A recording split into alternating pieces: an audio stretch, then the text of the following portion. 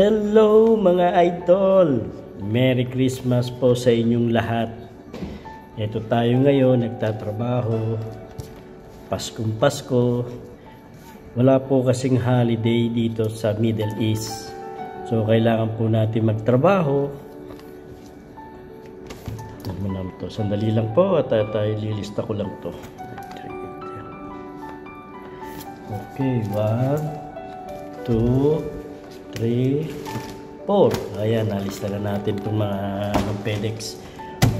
So, yun na nga po at Merry Christmas sa inyong lahat. At shout out sa Pilipinas. Merry Christmas, lalo na sa mga kamag-anak ko na nandyan. Merry Christmas sa inyong lahat. At ito, tagabi, nagano lang tayo. Enjoy ng konti. Hindi naman tayo makapagpuyat dahil may pasok nga tayo kinabukasan. Iniwan ko na sila, nagiinom tayo, nakapag-inom din kahit papano.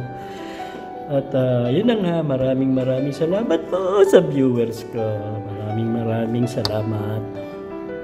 At sa mga kamag-anak ko, Merry Christmas sa inyong lahat. Shout out!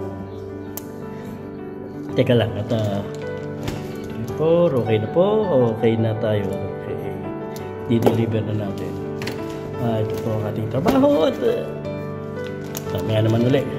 Ganun talaga ang buhay natin dito sa abroad. Nakala nyo siguro masarap no? Nakakalungkot din dahil walang masyadong Pasko, hindi mo lang saan ka pupunta. Maraming kaibigan pero hindi mo lang kung saan magiinom. Pero okay lang. So paano po? Merry Christmas sa inyong lahat. Bye bye. Paskong Pasko.